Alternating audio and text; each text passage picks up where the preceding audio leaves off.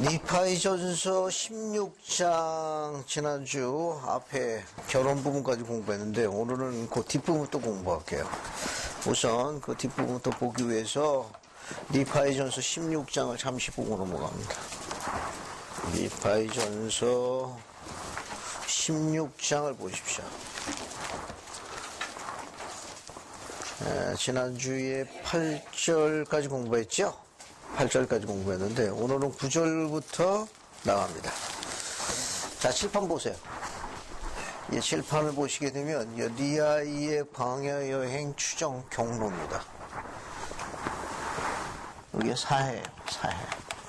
사해 옆에 있는 출발지 도시 이름이 무엇입니까? 자, 사해 바로 옆에 있는 출발지, 리아이가 평생 동안 거한 성 예루살렘. 여기서 출발을 합니다.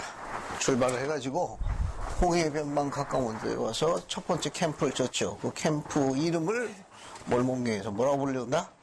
레미엘 골짜기. 자, 레미엘 골짜기에서 아버지 리아이가 아침에 천막문을 나가니까 뭘 발견했어요? 천막문에서 여기 그림을 보세요. 몰몬경 그림 다 있습니다. 뭘 발견했습니까? 그렇죠. 이 몰몬경에 나타난 이 독특한 지식이 소위 나침판, 그 이름을 뭐라 부릅니까? 리아우나가 발견됐습니다. 리아우나가 발견된 지명은 어딘가 하면 레미엘 골짜기예요. 몰몬경에 보면은 니파이전서 16장 10절에 기록되어 있어요. 한번 읽어보죠. 16장 10절.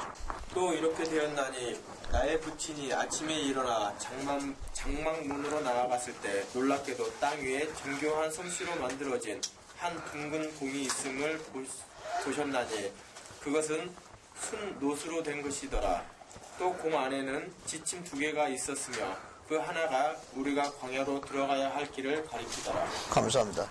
리아우나가 어떻게 생겼는지 여러분 가만히 있어보자. 맨 뒤에 보게 되면 리아우나 그림이 있어요. 꼭 이렇게 생겼다는 거 아니에요? 그 추정이지. 그랬더니 왜 여기 있는 이 그림하고 다르냐 이렇게 놀라지 마시고 이건 설명을 돕기 위해서 한 겁니다. 이 니파이전서 16장 10절에 보면 어떤 공이라고 그랬어요? 둥근 공. 어떤 솜씨? 정교한 솜씨라는 거니까 인간이 만든 것이 아닌 신의 작품이라는 걸 암시하는 거예요. 근데 자세히 들어봤더니 그 안에 뭐가 있었습니까? 지침이 2개가 있었어요. 그죠? 그러면 니파이전서 16장 10절에는 리아오나가 주어진 목적을 나타내는 중요한 글이 하나 있습니다. 16장 10절에서 리아오나를 주어진 목적에 대해서 뭘 가르치고 있죠? 10절에서 나아갈 방향을 가르치는 거예요. 그러니까 이 레미엘 골짜기에서 나침판 혹은 둥근 공 혹은 지식이로 알려져 있습니다. 이름을 뭐라 불렀죠? 리아우나라고 불렀습니다. 리아우나. 그 리아우나라는 이름은 누가 붙인 거예요? 엘마서 37장을 한번 가볼까요? 엘마서 37장.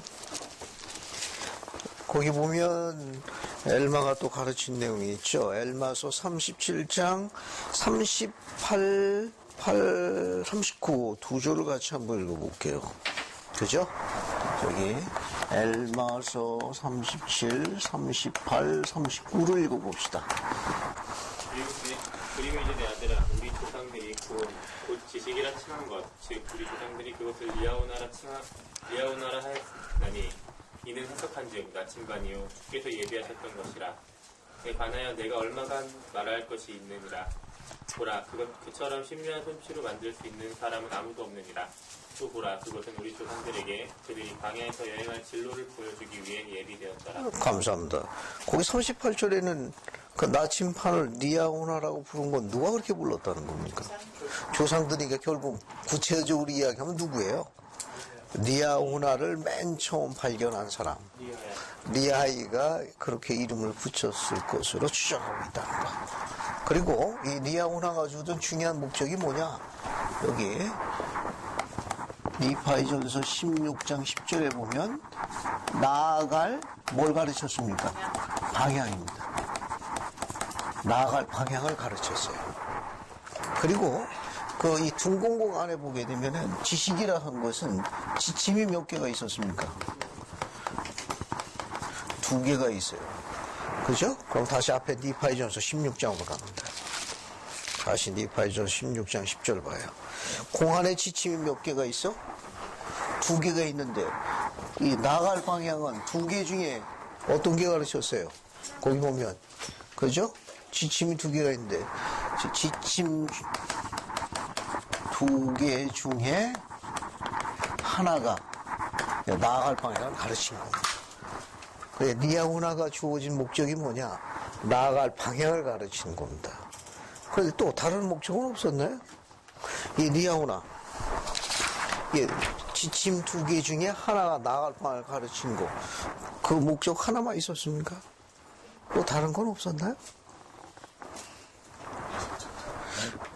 27절, 오히려 29절이 훨씬 더 좋습니다. 그죠? 29절 한번 읽어볼게요. 또한 그 위에 있기에 명백한 새로운 글이 쓰여 있었나니 주의 길에 관하여 우리가 이해하게 하는 것이었으며 또 그것은 우리가 그것에 쏟은 신앙과 부지런함에 따라 쓰여지며 스스로 바뀌고 위하여 우리는 주의 것을 수 있음을 알고 감사합니다. 그러면 이 나갈 방향을 하나 쳤고, 그죠? 니아우나가 니파이전서 16장 지금 읽은 것이 29절입니다. 29절에는 또 니아우나를 주신 또 다른 목적을 뭐라고 묘사하고 있죠? 주의 길에 관하여 그렇지요. 주의 가르침을 알게 하려 하신 겁니다. 주의 가르침을 주시기 위함이에요. 니아우나가 주어진 목적 2가지예요. 하나는 나아갈 방향을 가르쳐주는 것, 또 하나는 주의 가르침입니다. 주님의 길에 관한 주님의 뜻을 알도록 그분의 뜻을 밝히셨어요. 또 주의 가르침을 주고자 했습니다. 됐죠? 자, 이렇게 니아우나에 관계되는 거 공부했습니다. 또 하나, 니아우나의 작동 원리가 있습니다. 작동 원리. 그 니아우나는 그럼 어떻게 작동했느냐? 몇 절에 나오나요? 거기 지금 우리가 있는 28절에 묘사되어 있네요. 그죠? 니파이전, 잘 찾았어요. 니파이전서 16장 28절은 작동 방법이 나옵니다. 또 이렇게 되었나니 니파이가 공 안에 있는 지침들을 보았더니 그 지침들은 우리가 거기에 쏟는 신앙과 부지런함과 주의에 따라 작동하더라. 감사합니다. 따라서 니아우나의 작동 원리는 어떻게 되어 있어요? 신앙, 그 다음 부지런함, 그 다음에 또 뭐가 있어요? 또 뭐가 나옵니까? 28절에 주의를 기울임. 주의를 기울임 이것 하나가 히드라는 단어예요. 히드라는 단어는 뭐냐? 집중하다 그런 말입니다. 집중하는 거. 맞아. 그래서 니아우나의 작동 원리는 신앙, 부지런함, 주의를 기울임 이것에 의해서 작동했습니다. 그래서 나아갈 방향을 가르쳤고 주님의 뜻을 이해하도록 주님의 길에 대한 주의 뜻을 알 수 있도록 앞에 글씨가 시시때때로 나타났어요. 시시때때로. 따라서 니아우나의 작동 원리는 신앙의 원리하고 같은 거예요. 신앙 원리하고 있습니다.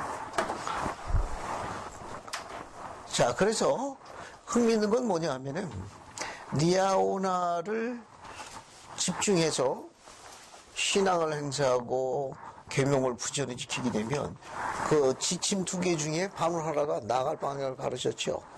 그러면 점점 어떤 땅으로 인도했습니까? 약속의 땅.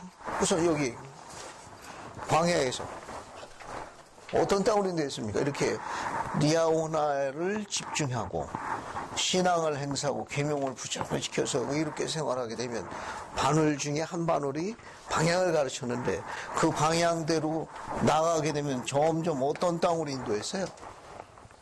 16장 안에 있는데 그 절이 16장 안에 있습니다. 그 방향을 나타낸 거에 대한 절이 하나 있어요. 자, 16절 한번 볼까요? 니파이전서 여기 16장 16절 보면 어떤 땅으로 인도되어졌습니까? 현재 있는 곳보다 비옥한 땅으로 인도되어졌습니다. 현재 머물고 있는 땅보다도 호타일 훨씬 더 비옥한 땅으로 점점 나아갔습니다. 그래서 여기 리멜 골짜기로 출발해가지고 궁극에는 어디까지 갑니까? 여기가 어디예요? 그럼 같이 공부하죠. 기본 실력으로 하면 알겠어요? 경전 안 읽어도 이 리하의 이 광해 보면 알 수 있습니다. 우선 우리가 갖고 있는 16장에 보게 되면 이제 출발합니다. 출발하는데 13절 보면 거의 남남동으로 나흘 동안 여행했는데 그 도착한 지명이 어디예요? 16장 13절 보면 세이저라고 있습니다. 세이저에 도착했어요. 그 다음에 이제 점점 비옥한 땅으로 인도되어졌습니다. 그죠? 그러다가 18절 보게 되면 광해에서 아주 어려운 고난을 겪게 되는데 그 사건이 뭐죠? 강철알이 부러집니다. 강철알이 부러진 추정지예요. 16장 몇 절에 있는가 하면은 18절에 있죠. 니파의 강철알이 부러집니다. 니파의 강철알이 부러져가지고 가족들이 어떻게 되죠? 그렇죠. 왜냐하면 여러 날 동안 수고를 했는데 양식을 구하지 못해가지고 양식이 없어서 굶주림으로 고통받게 됩니다. 그죠? 그래서 어떻게 돼요? 20절 보면은 어떻게 됩니까? 다 불평하고 나중 최악의 경우 누구까지도 불평해요. 그죠? 부친 리아이까지도 불평합니다. 리아이까지 불평해요. 그런데 이 강철알이 어화한 스틸 해가지고 아주 특히 조합이 잘 된 아주 좋은 활인데 그 활이 어떻게 저렇게 부러졌나요? 거기 니파의 활이 부러져가지고 거기 18절 보세요. 그 내 활이 부러뜨리고 난 후에 내 활을 잃었으면 형들이 어떻게 했습니까? 활을 냈죠. 그럼 형들은 활이 없었나요? 니파에만 활이 있었습니까? 형들은 활이 없었나요? 우리 귀절에 보기에는 또 흥미있는 기록이 21절에 있습니다. 21절 보면 활이 왜 부러졌느냐? 니파이는 나의 활이 뭡니까? 니파이는 나의 활이 잃었음을 인하여 나의 형도 고난을 당하였고 그들의 활도 역시 어떻게 됐어요? 탄력을 잃은지라. 그러니까 형들도 활을 가지고 있지만 양식을 짐승을 사냥에 뛰어난 성능을 갖고 있는 좋은 활은 누가 갖고 있었어요? 니파이가 갖고 있었습니다. 그래서 니파의 책임감이 아주 컸겠죠. 그런데 그 활이 어떻게 된 겁니까? 부러진 거예요. 또 형들의 활도 탄력을 잃었다는 건 지금 이 지역이 다른 지역과 좀 독특한 환경, 즉 자연 환경을 갖고 있다는 걸 시사하는 거예요. 그러니까 여기 있는 이 장소 중에 특히 이 추정되고 있는 이곳은 다른 데보다도 그런 자연 환경이 좀 독특한 걸 이야기합니다. 제가 알고 있는 분 중에 한 분이 개종을 했는데 그분은 아주 오랫동안 바로 이 지역에서 이 사우디에서 건설을 하셨더라고. 그분이 그 얘기 하십니다. 그 지프차 타고 이렇게 돌아다니시는데 낮에는 뜨겁다는 정도가 말이 안 된대요. 너무 뜨거워가지고 그냥 살을 조금 묻혀가지고 계란을 별도로 후라이할 필요성이 없다네. 그냥 앞에 본네트에 올려놓으면 저절로 익는다고 봅니다. 그렇게 뜨겁다. 밤에는 영하로 내려갈도록 그게 이 기온차가 너무 급격해가지고 그 습도가 아주 독특하다고 그러시더라고. 그래서 그 자동차의 그 쇠가 있는 부분들이 그냥 그곳에 가게 되면 탄력을 잃는다고 그래요. 녹이 그렇게 쓴다 합니다. 낮에는 너무 뜨겁고 또 밤에는 또 영하나시가 내려가지고 큰 망국에 습기가 차가지고 쇠가 힘을 못 쓴다고. 그래서 몰몬경의 이 기록을 그분은 충분히 이해한다고 그러더라고요. 그 쇠가 감당을 못한다 합니다. 그러니까 이 특별한 지역에 들어가가지고 낮에는 너무 뜨겁고 밤에는 또 갑자기 또 그냥 영하로 떨어지니까 쇠의 강도에 균열이 생긴 거예요. 그것은 어떻게 뭡니까? 사냥하고 해서 잡아당겨가지고 어떻게 됐어요? 쇠가 부러져 버린 겁니다. 그리고 또 다른 활도, 형들이 갖고 있는 활도 그런 독특한 날씨 환경에 적응이 안 되는 거예요. 그래서 결국 어떻게 된 겁니까? 형들의 활도 그냥 탄력을 잃으니까 화살이 안 날아가는 거예요. 그래서 결국 어떻게 됐어요? 가장 중요한 식량을 잡을 수 있는 도구가 망가졌으니까 가족들이 굶주림으로 이제 고생하게 된 겁니다. 심지어 누구까지 불평해요? 네 아이까지 불평합니다. 자, 그러면 니파이는 이 어려운 이 지금 겪고 있는 이 곤경을, 이 역경을 어떻게 헤쳐나갔죠?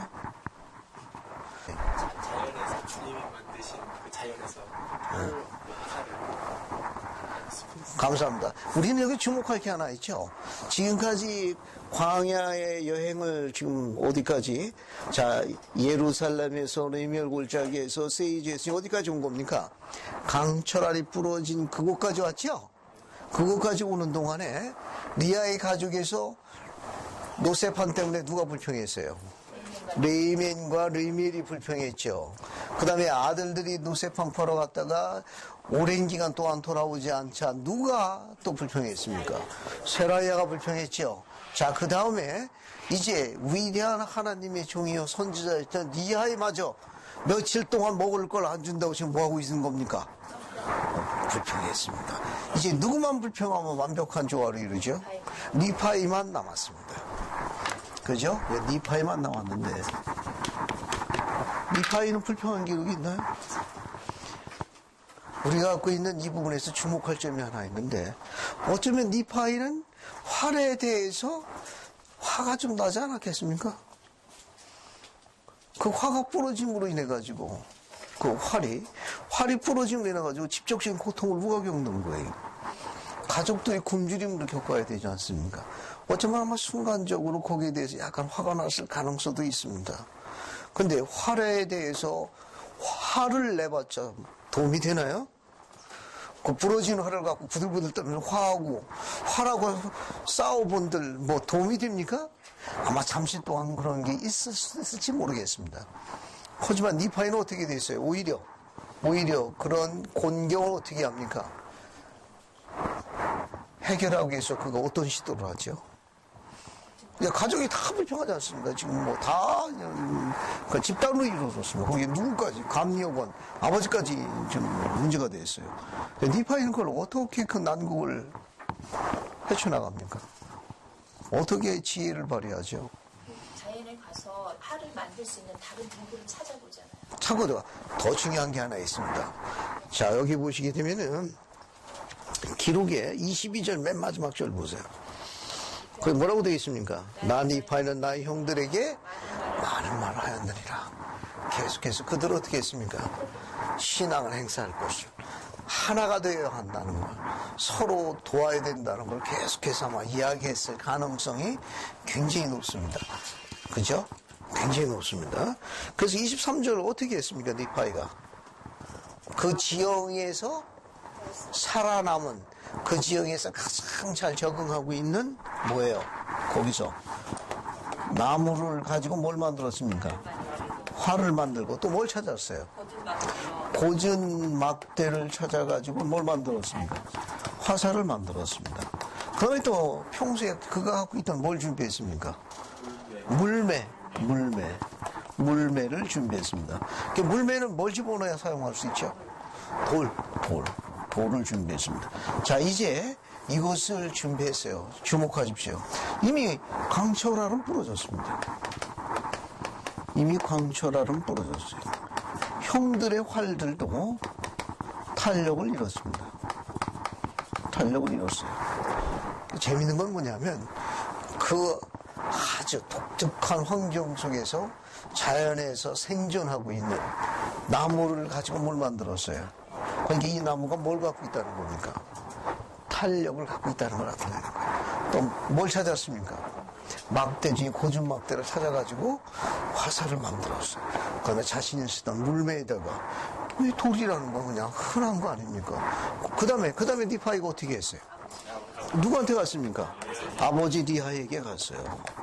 아버지 리하에게 갔습니다. 지금 아버지 리하에는 지도력이 어떻게 되어 있습니까, 지금? 지도력을, 지금 현재 어떻게 있습니다. 지도력이 지금 상실되고 있는 과정이에요. 아버지가. 왜냐하면 기록은 아주 축약되어 있지만 아마 아버지 마음을 이해할 수 있을 것 같습니다. 모든 거 다 버리고 온 거 아니에요. 그죠? 지금 고생이, 지금 이 니파이전서 10장에 보면은 무슨 기록이 있는가 하면은 11절 한번 보세요. 짧게 하나 봅시다.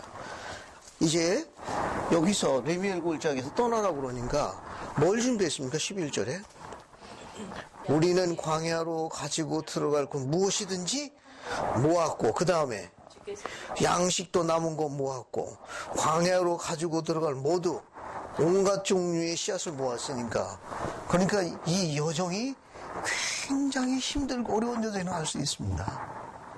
그러니까 가지고 갈 수 있는 거, 또 모아서 가지고 갈 수 있는 모든 것들을 전부 가지고 이 기약 없는 광야로 여행한 거예요. 한번 이 여정을 상상해 본다면은 이게 기약이 없는 겁니다. 그러니까 뭐 들고 갈 수 있는 대로 다 들고, 지고 갈 수 있는 건 다 지고, 함께 나눌 수 있는 건 전부갔으니까 아버지 네 아이가 그냥 예루살렘에 있었더라면 지금 그렇게 고역을 치러야 될 나이입니까? 어쨌든 들고 갈 수 있는 건 다 들고 가야 되잖아요. 왜냐면 생존 그 자체니까. 그런데 지금 어땠습니까, 지금? 그럼에도 불구하고 여러 날 동안 사냥을 하지 못해가지고 좀 굶주린 거예요. 그럼 어떻습니까? 쉬웠겠어요. 전 이거 충분히 이해합니다. 종종 이제 가끔 이제 산행을 하는 경우가 있는데, 그중에 제일 기억에 남는 거는 지리산 천안봉을 가기 위해서는 최소한 2박 3일 동안 여정해야 돼요. 그러면 이제 2박 3일 동안 먹을 것을 배낭에 있는 대로 다 지고 가야 됩니다. 그건 생존 그 자체예요. 뭐 나누고 살 거 없습니다. 그건 그냥 거기서 다 해먹고 가야 되니까. 그리고 물이 없어서 세면을 못 합니다. 샤워는 상상도 못 해요. 최소한 2박 3일은 가야 됩니다.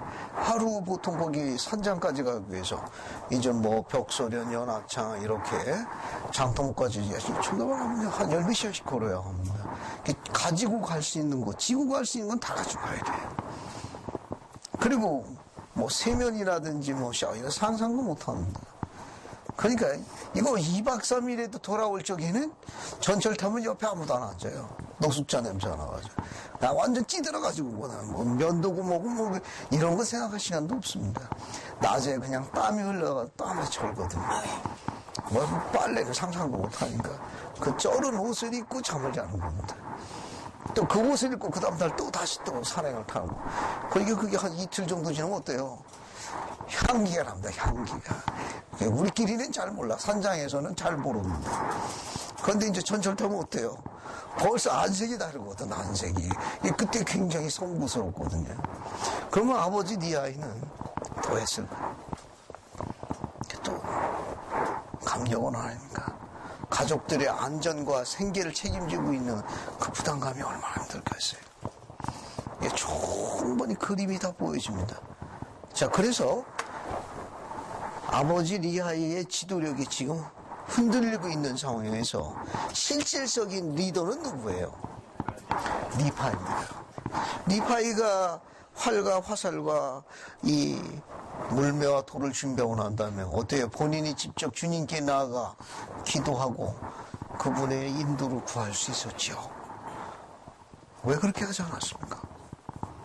이미 실질적인 지도력을 행사하고 있는 리더는 니파인데, 왜 니파이는 본인이 직접 기도해서 도움을 받을 수 있을 텐데 인정받을수도 불구하고 왜 아버지에게 가가지고 도움을 청했나요? 거기 뭐라고 이야기했습니까? 23절에 부친께 말씀드리기를 양식을 얻기 위해 내가 어디로 가야 하는지 하나님께 주님께 여쭤봐 주십시오. 자, 그래서 24절 보면 그가 주께 물었으니 이는 나의 말로 인하여 그들이 스스로 겸손하였기 때문이요. 내가 그 다음에 어떻게 이야기했습니까? 내 영혼의 힘을 다 기울여 그들에게 많은 걸 말해줬기 때문이다. 아들 리파이가 부친하고 형제들 모두에게 어떻게 이야기했어요? 거기 24절에 내 영혼에 힘을 다하여 그들에게 이야기했을 때 그들이 어떻게 됐습니까? 다들 겸손해졌습니다. 그래서 아버지 부친 니아이가 어떻게 됩니까? 주님께 간구해서 인도를 받게 되죠. 그죠? 우린 여기에서 리파이로부터 무엇을 배울 수 있습니까? 이 장면에서 본인이 그걸 할 수 있는 지도력을 갖고 있습니다. 아버지보다 더 뛰어난 능력을 갖고 있어요. 실질적인 가족을 이끌어가는 실제적인 리더입니다. 그가 활을 가지고 짐승을 잡지 않으면 가족의 생계를 유지할 수가 없어요. 가족의 생계, 안전과 복리를 책임질 실질적인 리더는 리파이. 아버지는 그런 부분에서 벌써 지금 흔들리고 있는데 리파이는 아버지를 추월하지 않았습니다. 우리 리파이로부터 뭘 배울 수 있죠? 이 장면으로부터. 겸손. 감사합니다. 또 뭘 느낄 수 있습니까? 영혼을 지지하는 거. 감사합니다. 자, 우리는 여기서 또 뭘 배울 수 있는가 하면은 몇 가지 재밌는 걸 공부할 수 있는데 우선 우리가 갖고 있는 유인물에서 한번 찾아볼게요. 자, 우리가 유인물 지난주에 나눠준 거 여기 앞에 보면은 리파이전서 16장 21에서 25 해가지고 활을 부러뜨린 경험이 있습니다. 여러분 교재를 보셔도 돼요. 그 해당 성구 찾으면 주석이 나옵니다. 자, 지난주에 나눈 유인물 활을 부러뜨린 경험을 보세요. 자, 인용문을 읽어볼 테니까 같이 봅시다. 닐 A. 맥스웰 장로는 중대한 교훈은 종종 고난을 겪은 후에 얻는다고 말씀했다. 리파이도 활이 부러져서 분명히 어느 정도 화는 났겠지만 이 괴로움을 극복할 수 있는 감정을 가지고 있었습니다.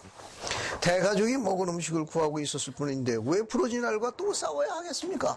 그 활과 싸워서 뭐하러 시간을 낭비하느냐 그럽니다.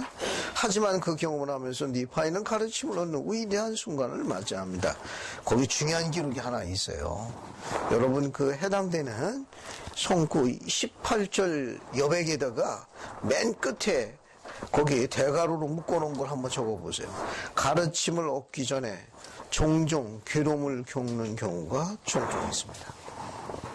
그러니까 주님께서 설명을 안 하시는 거예요. 뭔가 중요한 그분의 가르침을 주기 위해 가지고 우리 마음을 굉장히 상심하는 걸 허락하시는 경우가 있다는 겁니다. 이게 중요한 원리예요. 그래서 23절 옆에다가 때때로 주님께서는 주님의 지혜입니다. 그분의 지혜로 무언가 중요한 가르침을, 교훈을 남기기 위해서 먼저 고난을, 어려움을 바꿔 이야기해가지고 우리 마음을 굉장히 아프게 하고 상하게 하는 그런 혹독한 경험을 허락하는 수가 있다는 겁니다. 그걸 통해서 우리가 어떻게 돼요? 지극히 낮아져 아주 부드럽게 되는 거예요. 그래서 주님의 가르침을 더 많이 이해하게 되고 그분의 손길이나 그분의 권세에 대해서 더 많이 인지하는 겁니다. 그러니까 리파이가 화를 버틴 경험에서 배울 수 있는 첫 번째 원리, 맨 마지막에 하나 적어보세요. 가르침을 얻기 전에 괴로움을 겪는 경우가 종종 있습니다. 됐습니까? 자, 앞에 보세요. 불순종을 해서 온 게 아니죠.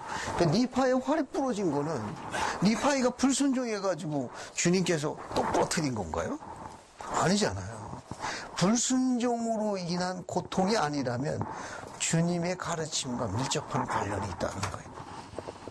그런데 그게 우리 마음을 너무 아프게 하는 거예요. 우리 마음을 너무 상심하게 하는 겁니다. 결국 이런 건 뭘 의미하는가 하면 우리가 때로는 우리도 자각하기도 전에 무의식 중에 우리가 별로 인지하지 못하는 사이에 세상 것으로 무뎌질 수가 있어요. 세상 것에 너무 집착하다 보니까 그 영적인 것이 무뎌질 때가 있습니다. 그러면 어떻게 되느냐? 부드럽게 해야 되거든요. 부드럽게 할 때 주님께서 우리를 굉장히 아프게 하는 이런 일을 허락하시는 경우가 종종 있다는 거예요. 그래서 어떻게 우리가 그 아픔을 통해서 부드러워지는 거예요. 그때 주님의 뜻을 더 잘 이해하는 겁니다. 그래서 종종 우리 마음을 매우 상심하게 하는 그런 경험을 할 수가 있습니다. 진화, 진로, 결혼, 우리가 하고 있는 어떤 아이템 등등등에서 너무 가슴 아픈 경험을 하는 경우가 종종 있을 수 있는데, 때로는 우리가 너무 그 부분 때문에 세상적으로 너무 굳어져 있을 경우에 부드럽게 하기 위해서 주님이 행하시는 다른 지혜가 뭐냐, 이런 곤경을 허락해서 우리를 부드럽게 하셔서 가르침을 주신다는 걸 여기서 배울 수 있어요. 하나 정리했죠? 그러니까 이제 고난과 불평이, 어떤 그 불편함이 꼭 나쁜 것만은 아니에요. 우리가 오히려 주님과 개인적으로도 친밀하기 위한 상당한 그런 근접성을 갖는 도구가 될 수 있습니다. 우리도 더 가까이 나갈 수 있어요. 밑에 있는 것도 봅시다. 12사도 증언의 리차드 G. 스코트 장로는 역경을 겪을 때 우리 삶에 꼭 필요한 성장할 수 있다. 역경을 통해 가지고 성장을 갖고 온다는 그런 원리를 써요. 이게 두 번째 원리입니다. 합당하고 의로운 생활을 하며 계명에 순종하고는 있지만 지혜로우신 하나님 아버지께서 여러분에게 필요하다고 판단하셔서 주시는 시험을 겪는 분들에게 몇 가지 제안을 드리겠습니다. 이 모든 일이 잘 되어 가는 것처럼 보이는 그 순간에 여러 가지 시련이 동시에 찾아오는 경우가 있습니다. 그 다음 보세요. 불순종 때문에 그런 시련을 겪는 것이 아니라면 그 시련들은 주님께서 여러분이 더 성장할 준비가 되었다고 느끼신다는 증거입니다. 앞에 보세요. 이 시련이 하나만 오는 게 아니라 때로는 다발성으로 온다는 거예요. 그냥 뭐 여기도 터지고 이것도 터지고 그래가지고 정말 그냥 어떻게 그냥 혼전하기 직전까지 간다는 거죠. 그냥 숨만 쉬고 있을 뿐이지 그냥 뭐 거의 초죽음 되는 다발성으로 시련이 오는 경우도 있다는 겁니다. 스캇 장로님이 이렇게 설명했어요. 따라서 주님께서는 여러분의 영원한 유익을 위해 스스로 연단할 수 있도록 성장과 이해력과 동정심을 자극하는 경험을 주십니다. 그 뒤에 보세요. 그 뒤에 여러분이 현재 위치에서 주님이 원하시는 위치에 가기 위해서 뭐가 필요하다? 많은 노력이 필요해요. 여기 많은 노력을 갖다가 다른 단어로 바꾸면 이 단어로 바꿔주십니다. 신앙. 신앙과 노력은 동의어입니다.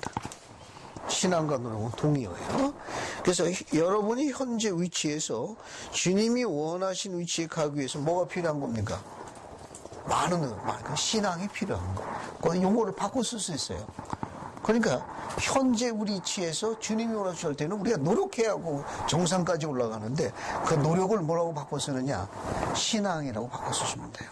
신앙하고 노력하는 the same, 같은 의미예요. 거기 뒤에 보면 그 노력은 그 노력할 때 수반되는 동반하는 두 가지 요소가 있습니다. 뭡니까?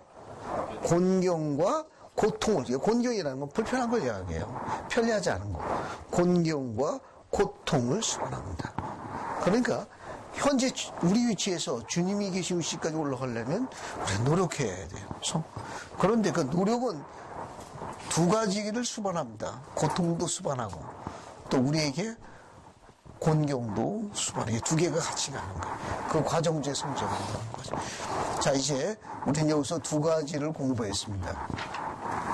하나는 뭘 공부했는가 하면은 때로는 주님께서 가르침을 주시기 위해서 우리에게 먼저 괴로움을, 아픔을 허락하시는 경우가 있을 수 있다는 거죠. 그죠? 또 두 번째는 뭡니까? 불순종으로 오는 고통이 아니라면 주님께서 우리에게 성장을 위해서 그분의 지혜를 주신 하나의 성장 과정 코스라는 겁니다. 거기에는 주님께 나가는 더 많은 성장을 위한 노력을 요청하신다는 거죠. 그 노력은 두 가지를 같이 수반합니다. 하나는 뭐예요? 곤경과 하나는 고통을 수반한다는 거. 그리고 하나 더 공부할 수 있습니다. 또 뭘 공부할 수 있을 것 같아요? 여기 중요한 게 하나예요. 지금은 이제 일반적인 두 가지 원리 공부인데, 하나는 한 아버지와 아들, 부자 간의 이야기입니다. 이 가르침을 아들이라 불리우는 우리 시문의 젊은이들이 적용했으면 좋겠어요. 언젠가 그 아버지가 여러분을 지키고 힘써 일하다가 머리가 회색빛으로 갈라져 볼 겁니다.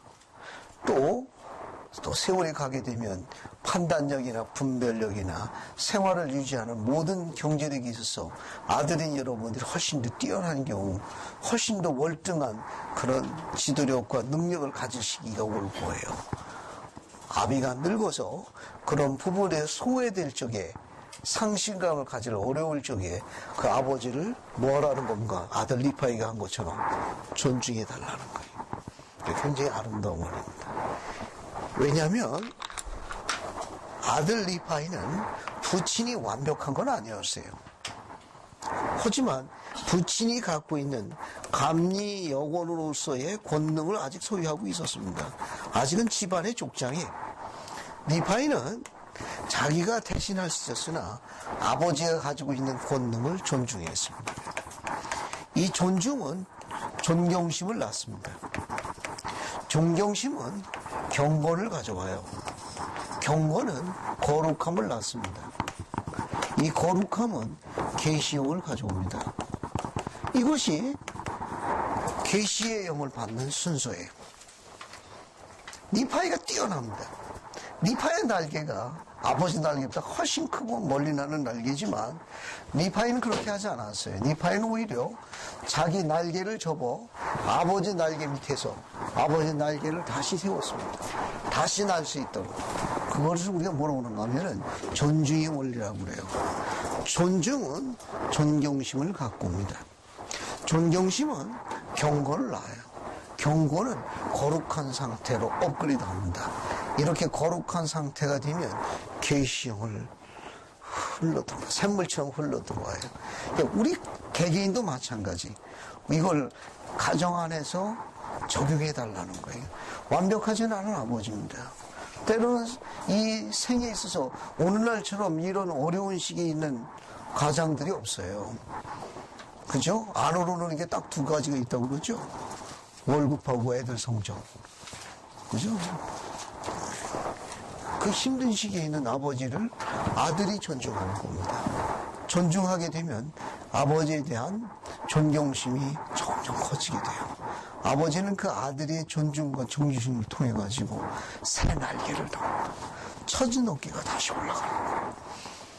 아비에게 골수가 다시 새롭게 되는 축복을 허락합니다. 이 종교는 아버지가 아들을 축복하는 것보다는 아들이 아버지를 축복하는 곳은 회복된 교회의 역사를 갖고 있어요. 1820년 어느 이른 봄날 팔마르 속에서 한 소년이 기도했습니다. 그때 아버지와 아들 두 분이 햇빛보다 더 밝으셨죠. 그때 한 분은 이렇게 이야기했습니다. 조세바라고 이름을 불렀습니다. 그리고 다른 한 분을 가르치며 이렇게 소개하셨어요. 이는 내 사랑하는 아들이 그의 말을 들으라. 우리가 갖고 있는 신약 성경에 보면 그 아들이 요단강에서 침례받고 물 위로 올라오실 때 그분이 같은 말씀하신 것이 2000년 전에 또 기록되어 있습니다. 이는 내 사랑하는 아들이요. 그 다음에 뭐라고 그러셨죠? 내 기뻐하는 자니 그의 말을 들으라. 내 기뻐하는 자니. 아들은 아버지를 영화롭게 했습니다. 아버지를 기쁘게 했어요. 그래서 온 세상에 소문하셨습니다. 이가 내 사랑하는 아들이요 나를 기쁘게 한 자라. 그래서 아버지를 영화롭게 했습니다. 우리 복음은 교회에 처음 회복될 적에 이 위대한 선언으로 회복됐습니다. 아비를 영화롭게 하도록 시작했는데 몰몬경의 한 아들 리파이는 지도력으로 상실되어 가서 자존심과 외로움 가운데 날개가 떨어진 그 아비를 다시 세웠습니다. 여러분은 어떤 아들입니까? 날개를 꺾어뜨리는 아들입니까? 처진 어깨를 세우는 아들입니까? 이 몰몬교회 가르치면 시사하는 바가 굉장히 많아요. 원리는 딱 하나예요. 존중하는 겁니다. 아비를 존중하는 겁니다. 아비가 가지고 있는 인간적으로 볼 때는 완벽하지 않은 아버지입니다. 왜? 불평했습니다. 또 거기에 대해서 짜증을 내고 화를 냈으니까. 하지만 그렇다 하더라도 그가 가지고 있는 권능은 아직도 유효합니다. 아직도 그 족장의 열쇠를 갖고 있는 감영원이에요. 아들 니파이는 그 원리를 이해했습니다. 그래서 아버지의 권능을 존중했습니다. 그건 아버지를 존경하는 데서 비롯한 겁니다. 아들이 존경하는 걸 확인하는 아버지 니아이는 용기를 갖고 자신감을 되찾았습니다. 새 소망을 가졌습니다. 니파이는 그걸 통해 가지고 저기 나와 있는 대로 더욱더 경건에 오르게 됩니다. 경건은 그를 거룩한 상태로 유지했고 하늘의 뜻이 니파이에게 샘물처럼 흘러들어가게 됩니다. 만약에 아들 되는 여러분들이 이 원리를 적용하지 않으면 여러분 계시형을 받지 못할 겁니다. 만사가 다 짜증스러울 거예요. 만사가 다 귀찮을 겁니다. 주님은 그러려고 여러분 보내신 건 아니에요. 만약에 그런 아들에게 하나님의 선한 딸이 주어진다는 건 차라리 그 아들이 무덤 속 들어가는 게 낫습니다. 너무너무 끔찍한 거예요. 주님은 그렇게 계획하지 않았습니다. 이 몰몬교에 나와 있는 이 간단한 원리는 시사하는 바가 굉장히 많아요. 육신적으로는 완벽하지는 않은 아버지지만 그 아버지가 상실감으로 힘들어하고 외로움 속에 있을 적에 그의 날개를 세울 수 있는 건 여기 있는 아들들의 존중입니다. 존중은 아버지의 자존심을 회복해 줄 거예요. 처진 날개를 다시 크게 날게 해줄 겁니다. 그러면 그 아들은 경건해지며 거룩한 상태에 올라 하늘의 계시형이 샘물처럼 흘러들어갈 거예요. 또 배울 수 있는 다른 원리가 하나 있습니다. 강철활이 부러졌죠? 그죠? 그런데 사냥감을 잡아온 거는 이 독특한 지형 환경에 살아남은 나무로 만든 활과 고든 막대로 만든 화살을 가지고 사냥감이 강철알보다도 더 많았다는 걸 뒤에 기록하고 있습니다. 그건 우리에게 다른 시각을 가져다 줘요. 뒤에 봅시다. 뒤에 어떻게 나와 있는가 하면은 30절부터 32절까지 한번 읽어봐요. 이렇게 되었나니라 니파이는 공의 주신 지시에 따라 나아가 산꼭대기로 올라갑니다. 그리고 이렇게 되었나니 낫는 들짐승들을 잡아 그로써 우리 가족들을 위한 양식을 얻으니라. 그리고 이렇게 되었나니 내가 잡은 짐승을 가지고 우리의 경막으로 돌아오매 이제 내가 양식을 얻은 것을 보았을 때 그들의 기쁨은 얼마나 컸던지 이에 이렇게 되었나니 그들이 주 앞에 겸손하여져서 그에게 감사를 드립니다. 감사합니다. 저 이 성구를 자주 읽는데 볼 때마다 웃음이 자꾸 나옵니다. 30절 맨 마지막 보면은 이에 이렇게 되었나니 그들이 주 앞에 겸손하여져서 그에게 감사드리라. 겸손해서 감사드릴 때는 꼭 먹는 거하고 관련이 있더라고. 뭘 먹는 이렇게 보면 양식이 얼마나 많았는지 그냥 쓰러질 정도로 기뻤습니다. 어떻습니까? 먹고 나가지고는 주께 겸손해 그에게 감사드리라. 이게 먹는 거하고 항상 관련이 있습니다. 표현을 이해해 주시기 바랍니다. 집에서도 저희 자녀들이, 저 보통 들어간 지 저녁 아주 늦은 시간이거든요. 어떨 때는 이제 뭐 이것저것 하다 보면 항상 저녁 식사 타임을 걸럽니다. 집에서 또 그 시간에 밥 먹지 않았던 눈치 보이고, 그러면 이제 김밥에다가 앞달에 떡볶이에다가 딸내미 좋아하는 순대에다가 또 제가 좋아하는 김치만두에다 또 아이스크림, 이름을 안 밝히겠습니다. 브랜드 이름. 피아라는 것 같아가지고. 그 앞에 가면 딸내미 얼굴이 보름달처럼 떠오릅니다.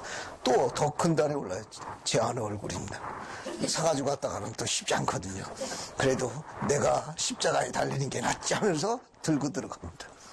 그러면 아빠가 들어왔을 때 딸내미들이 튀어나와서 제일 반기는 게 뭔지 아세요? 저를 보는 게 아니고 손을 보릅니다. 손에 뭐가 있으면 오예! 하고 그것만 채가지고 들어가지 지혜비가 들어왔는지 안 들어 상정도 안 해요. 이 글을 읽을 적마다 같은 장면을 봅니다. 같은 장면을 봐요.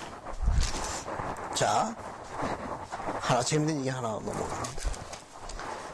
강철알이 부러질 수가 있습니다.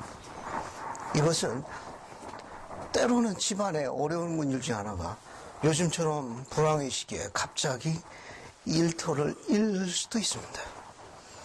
어쩌면 온갖 정성을 기울였던 그 아이템이 무너질 수도 있습니다. 여러 가지로 어떤 형태든지 간에 생계에 관련된 심각한 어려움을 줄 수도 있습니다. 그럴 때 강철이 부러진 이 경험은 다시 그것을 소생하는 데 도움을 줍니다. 어떻게 해야 됩니까? 그거 이미 잊어버린 거, 놓쳐버린 거, 다시 돌아오기 어려운 거 갖고 성을 내고 짜증을 내야 무슨 도움이 있어요? 리파이가 부러진 활 갖고 그냥 계속 짜증나고 화날 때 무슨 도움이 됩니까? 리파이는 그렇게 하지 않았죠. 어떻게 했습니까? 자기 주변을 다시 재평가했습니다. 자기 주변에 가족을 하나로 모았습니다. 가족에게 단합을 요구했어요. 그리고 자기 주변을 다시 정리했습니다. 그리고 자기 주변에서 다시 재활용할 수 있는 게 무엇인지 정보와 경험을 활용했습니다. 흔한 나무예요. 그 지형에서는 흔한 나무입니다. 굴러다니는 막대기예요. 흔해 빠진 돌멩이입니다. 그것을 챙기고 난 다음에 어떻게 했어요? 주님의 도움을 요청했습니다. 즉 최악의 상황은 역설적인 얘기로 우리 하나님께서 동참할 수 있는 기회를 그분을 초대하는 경험을 갖습니다. 우리 힘으로 안 되거든. 내 능력으로 안 되는데 근데 꼭 해결해야 돼. 해결하면 가족이 다 굶어 죽어야 됩니다. 꼭 해결해야 되는 거예요. 그냥 내가 가지고 있는 힘과 정보와 능력으로는 해결이 불가능합니다. 그럴 경우 우리는 하늘에 계신 그분을 우리 이 일에 동참할 수 있도록 그분을 초대할 수 있어요. 그분의 파워, 그분의 힘을, 능력을 초대할 수 있습니다. 활이 부러진 경험은 그 경험을 이야기해 주는 거예요. 꼭 그게 나쁜 거는 아니에요. 오히려 우리의 그 일에 살아계신 우리 주 하나님의 능력을, 그분의 권능과 권세를 우리 일에 동참할 수 있도록 초대하는 초대장으로 전환할 수 있습니다. 이것이 활이 부러진 거에서 배울 수 있는 그런 원리들이에요. 아주 익사이팅한 다른 과정을 묘사하는 겁니다. 자, 그 다음에 또 뭘 보실 수 있는가 하면은 나머지 여러분 쭉 보시게 되는데 이 리아오나가 가지고 오는 작동 원리 두 가지를 꼭 기억해야 돼요. 작동 원리는 뭐냐면 신앙과 부지런함으로 움직였다는 거.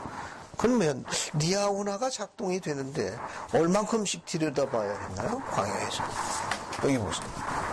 광야에서 얼만큼 들여다봐야 했습니까? 일주일에 한 번? 보름에 한 번? 한 달에 한 번? 석 달에 한 번? 얼만큼씩 들여다봐야 했나요? 아침절. 감사합니다. 최근에 스마트폰으로 바꿨습니다. 근데 여러 가지로 이게 공부를 하게 되면 꽤 복잡하더라고요. 그래서 전문가 작은 아들의 도움을 받아가서 여러 날 동안 연구를 많이 했습니다. 그래서 가장 데이터 용량이 작은 걸로 시작을 했는데 심취해서 연구하다 보니까 며칠 안에 다 없어졌네. 그래서 요금 폭탄이라는 게 나오더구만. 이것저것 다 한번 해봤더니 잔소리가 많이 들었습니다. 실적도 못 내면서 결국 해결도 결국 놔둘 손에 또 들어가거든. 누르다 보니까 다 없어져. 어디로 갔든지. 야, 이거 어디로 가보냐. 또 다시 다운받고. 근데 어느 사이에인가 중독이 되는 것 같더라고요. 그냥 무의식결에 이제 한 번씩 이제 터치하게 돼요. 메시지가 왔나, 메일이 왔나, 카톡이 왔나, 무심결에. 하루에도 수십 번 들여다보게 됩니다. 데이터를 자꾸 나가는 거죠. 아마 리아오나도 오늘날의 그와 같은 비슷한 것이 아니겠는가 싶습니다. 그래야 정보를 보고 방향은 아닌가. 엘마서의 엘마는 리아오나에 대해서 중요한 기록을 덧붙였습니다. 엘마서 37장을 한번 가볼게요. 엘마서 37장을 갑시다. 엘마서 37장을 보시게 되면 37장 40절. 그곳은 하나님을 믿는 그들의 신앙을 따라 그들의 이름을 동하였나니 그러므로 그들에게 하나님께서 부르신 대로 하여금 그들이 가야 할 길을 가르쳐 줄 수 있다는 소망이 있으며 우리가 그렇게 되었느니라. 그리하여 그들에게는 날마다 이 기적과 또한 하나님의 권능으로 이루어지는 다른 많은 기적들이 있었다. 감사합니다. 거기 밑에서부터 세 번째 줄 보면 흥미로운 그 횟수를 나타내는 단어가 있죠? 그 뭐라고 되어 있습니까? 그들에게는 날마다입니다. 날마다. 재밌는 단어를 썼어요. 여기 보면 이 니아오나를 날마다입니다. 날마다.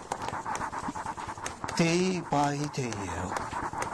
그러니까 오늘도 수없이 들여다보고 내일도 수없이 들여다보고 이렇게 봤습니다. 그래서 그들이 방향을 인도받았고 주의 길에 관한 주님의 뜻에 대한 가르침을 받았어요. 다시 몰몬교회 니파전서 16장 보게 되면 다른 기록이 또 있습니다.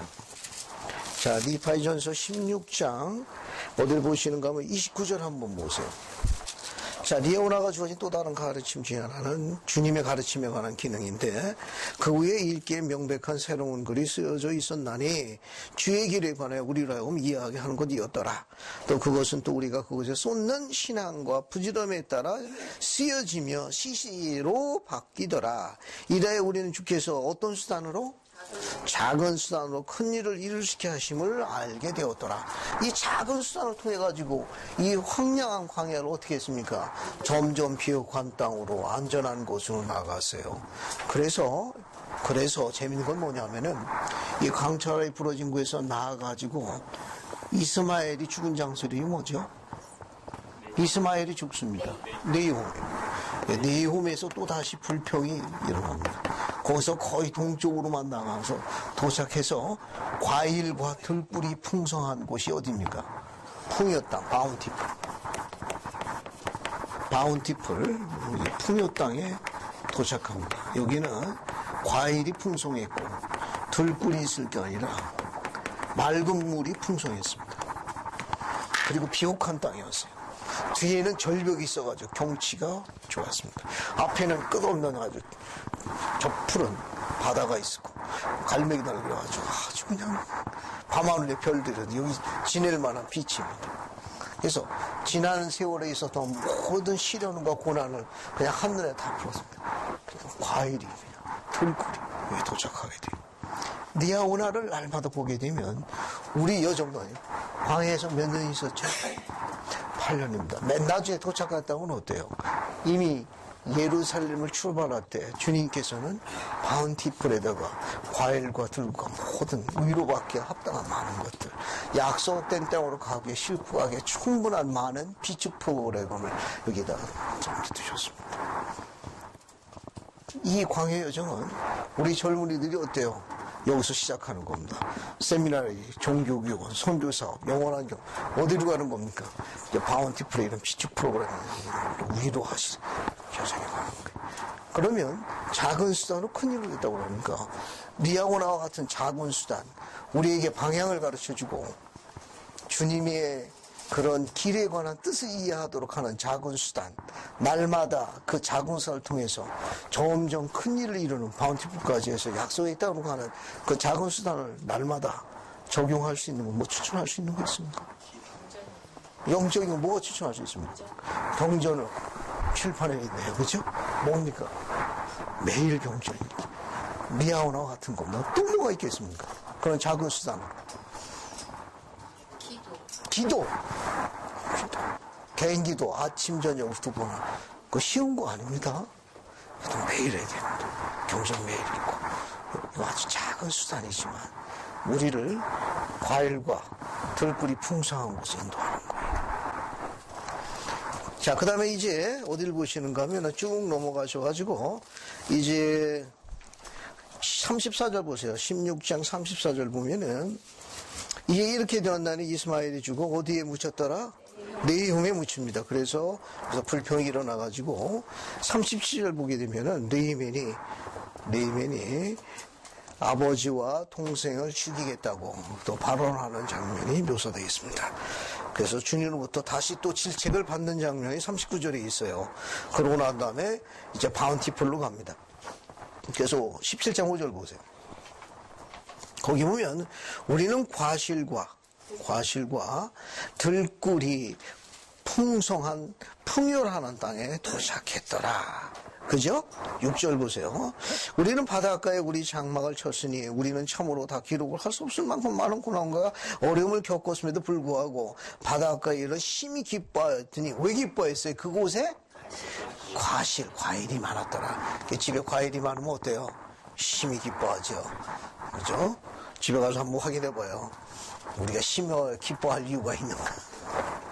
그곳에 과일이 나왔던 제가 심히 기뻐했나니. 그래서 우리는 그곳을 뭐라 불렀습니까? 풍요라 불렀습니다. 그곳에 맑은 물도 있고 또 배를 짓기에 아주 적당한 해안선이 있고 또 작은 산도 있었습니다. 또 배를 만들기에 좋은 최적지 장소하고 그 다음에 목재도 있고 또 그것을 돕기 위해서 만들 수 있는 광석도 있었으니까 아주 최적의 장소를 주님께서 미리 마련하신 거예요. 결국 이와 같은 부분들은 우리가 이 부분에서 공부할 수 있어요. 칠판 보세요 다시. 광야에서 몇 년 있었습니까? 8년 있었죠. 꼭 8년을 다 채워야 됐나요? 왜 8년씩이나 걸렸습니까? 왜냐면 예. 리아의 가족들이 그 신앙 안에서 충실하실 때는 아마 그 리아오나가 빨리 이렇게 길을 가르쳐 줬을 거예요. 근데 중간중간에 불평하고 뭐하다 보면 그걸 해결하고 가야 되겠죠. 그러다 보니까 여기에 가서 감사합니다. 리아오나가 매일 작동하는 걸 보는 특권을 갖고 있었는데 리아오나가 작동 안 할 때가 있었습니다. 언제 작동을 안 했는가 하면은 어디를 보시는가 하면은 자 우리가 갖고 있는 기록에서 한번 볼게요. 이게 18장 12절 한번 봅시다. 니파이전 18장 12절 봤습니까? 자 그들이 나를 묶어 나를 움직일 수 없게 하자 주께서 말해주던 나침판이 작동하기를 멈춰 거기 멈췄네요. 가족들이 다툴 때입니다. 또 앞장면은 뭐냐면 하나님께 무례하게 행했습니다. 하나님을 경외하고 그분을 경배하는 걸 잊어버렸어요. 그리고 가족들끼리 싸웠습니다. 다퉜어요. 하나가 안 됐습니다. 그 드디어 오나가 어떻게 됐어요? 작동이 안 돼가지고 앞으로 나가지 못했습니다. 광야에서도 마찬가지. 여기서도 이 형들이 이처럼 다투고 시기하고 하나가 안 됐을 때는 아마 리아오나가 작동을 안 했을 겁니다. 그래서 광야에서 머무는 시간이 길어져서 8년이 된 거예요. 어쩌면은 시간을 줄일 수 있었을 겁니다. 몰몬경에 엘마는 그걸 이렇게 설명했어요. 엘마서 37장 보십시오. 엘마서 37장에 뭐라고 기록되어 있는가 하면은 41절부터 43절까지 보겠습니다. 그러할지라도 그 기적들이 작은 방편으로 이루어지고 그것이 그들에게 기이한 일을 보였으며 그들이 게으르고 그들이 신앙과 부지런함을 행할 것을 잊으매 그 기이한 일이 그치고 그들은 그들의 여행에서 더 나아가지 못하였더라. 그리하여 그들은 광야에서 머물렀으니 곧 다시 말해 곧바른 진로로 여행하지 못하였고 그들의 범법으로 인하여 굶주림과 목마름으로 고난을 받았느니라. 또 이제의 아들아 나는 이러한 일들이 그림자가 없지 아니함을 내가 깨닫게 바라노니 이는 우리 조상들이 이 나침판의 주의를 기울일 것을 게을리한즉 이제 이러한 일은 현세적인 것이라. 그들이 형통하지 못한 것 같이 영적인 일도 그러합니다. 감사합니다.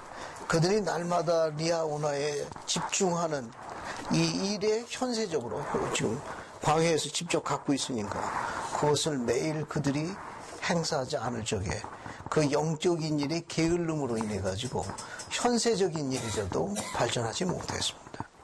그러니까 영적인 일에서도 그들이 게을름으로 인해 가지고 현세적인 일에서도 축복받지 못했어요. 두 개 다 이루었습니다. 따라서 이 말은 뭐냐면은 광야의 8년을 줄일 수 있었으나 그들이 영적인 일에 소홀히 함으로 인해 가지고 세상적으로도 앞으로 나아가고 진보하는 데 더뎌졌어요.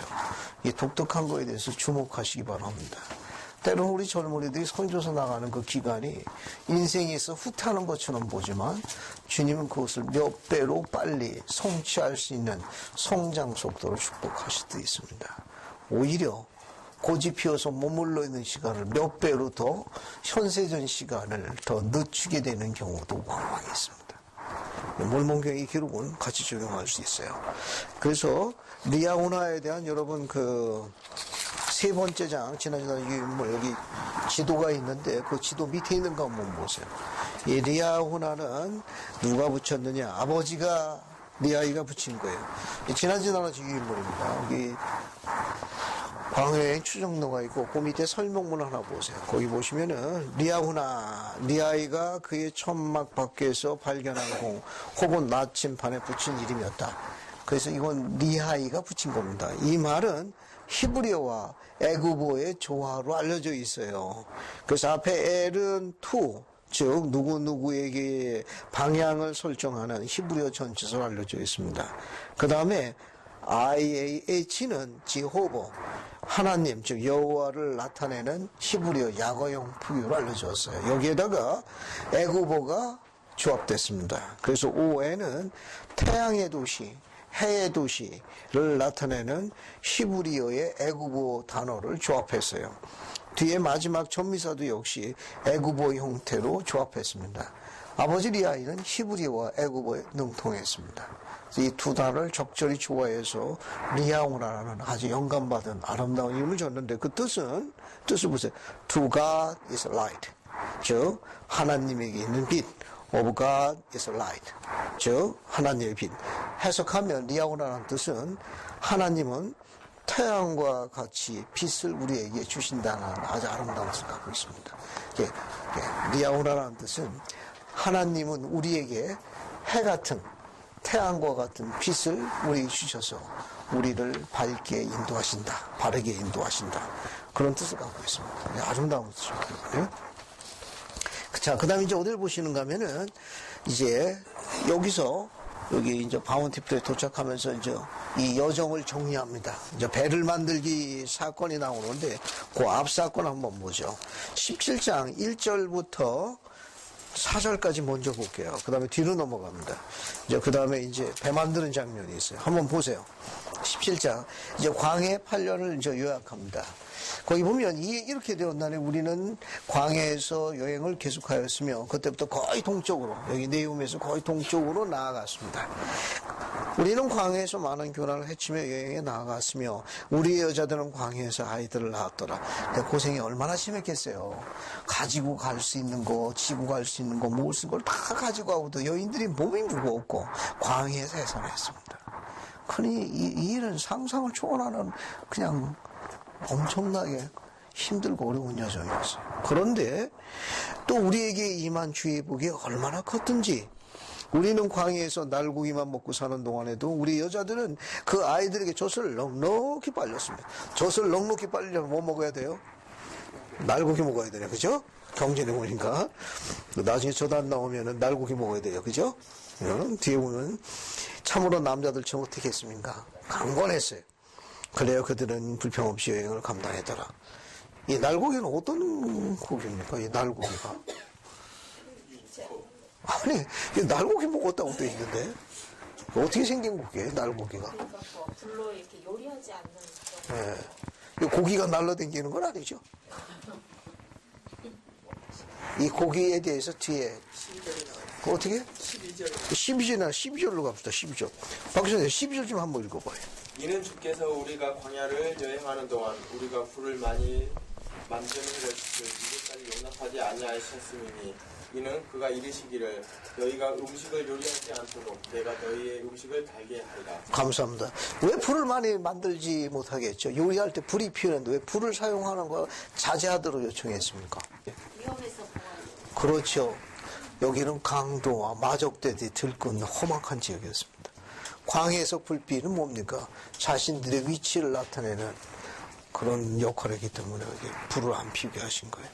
그 대신 요리를 누가 하시겠다고 그랬습니까? 주님께서 내가 요리하마. 맛은 어떻게 하신다고 그랬습니까? 달게라는 이 단어가 스위트라는 단어입니다. 광해에서 요리하셨습니다. 주님께서 요리하셨어요. 요리하셨는데 그 맛이 어땠느냐? 스위트. 달달로 번역했는데 스위트가 그냥 새콤달콤하고 그냥 씹으면 씹을수록 그냥 모든 세포가 즐거운 거예요. 여러분 그 아메리카 인디언들이 바로 이 후손들 아니에요, 그죠? 광야에 있는 이 날고기에 대한 경전학자들의 조사에 의하게 되면 그냥 짐승을 잡아가지고 그냥 서늘의 피가 뚝뚝뚝 떨어지는 그런 고기가 아니고 그 고기 안에다가 갖은 양념을 다 넣어가지고 이 강력한 이 사막의 햇빛에다가 조리한답니다. 그렇게 되면 고기 색깔 겉이 갈색으로 변하고 그 강렬한 열에 의해 가지고 안이 익는데 그게 연분홍보를 입는데 이게 육포 비슷한 걸로 전환된답니다.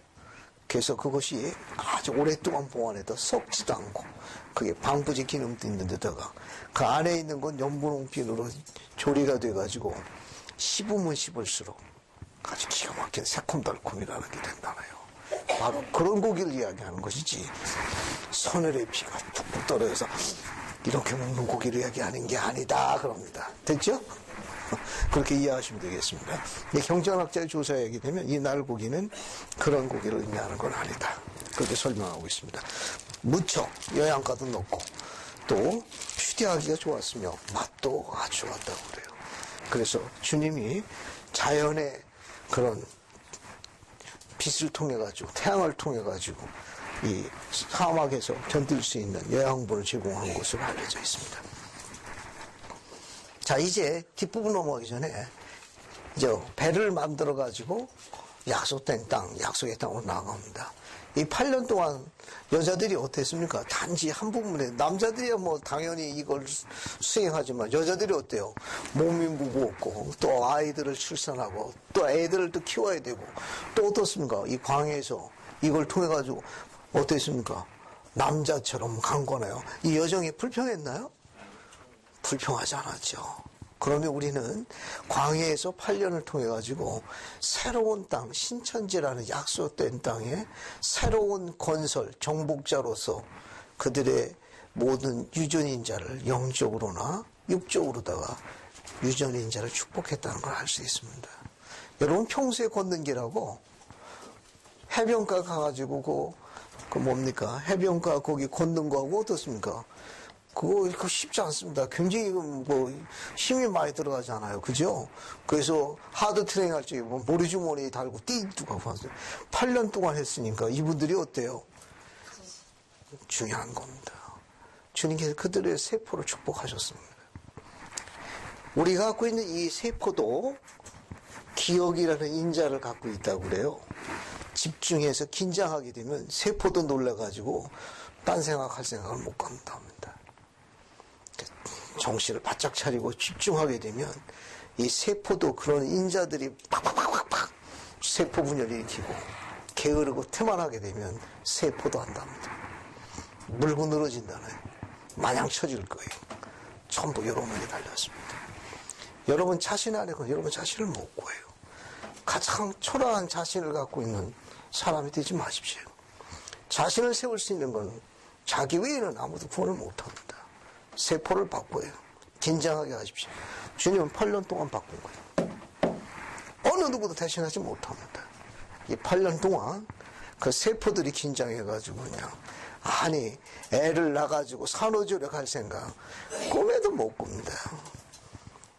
예, 오늘날은 이제 그렇게 돼 있지만 광야에서는 서바이벌 생존 그 자체였어요. 그냥 거기서 산후조리에 들어가 있고 뭐 대접받고 입도 타 상상도 못하는 거예요. 생존 그 자체. 그 세포들도 정신 바짝 차린 거죠. 오메 하고서 오메 왜 무서워라. 살아남기 위해서 어쩔 수 없었습니다. 그래서 뛰어난 그런 강한 육신의 인자도 축복받았어요. 우리가 갖고 있는 경전에 흥미있는 기록이 하나 있습니다. 이사야가 노래한 건데 한번 찾아보고 넘어갈게요. 이사야서 41장 30절 한번 봅시다. 광야 여행에 나와 있는 이 8년에 대한 걸 이사야서에도 답을 하나 찾을 수 있어요. 이사야서 40장 정정합니다. 이사야서 40장 31절 보세요. 오직 여호와를 악마하는 자는 새 힘을 얻으리니 독수리의 날개치며 올라간 같을 것이요 다른 박질하여도 곤비치 아니하겠고 걸어가도 피곤치 아니하겠고. 감사합니다. 다시 한번 읽어볼게요. 오직 여호와를 앙망하는 자는 새 힘을 얻으리니 독수리의 날개치며 올라가면 같을 것이요 다른 박질하여도 곤비치 아니하겠고 걸어가도 피곤치 아니하겠다.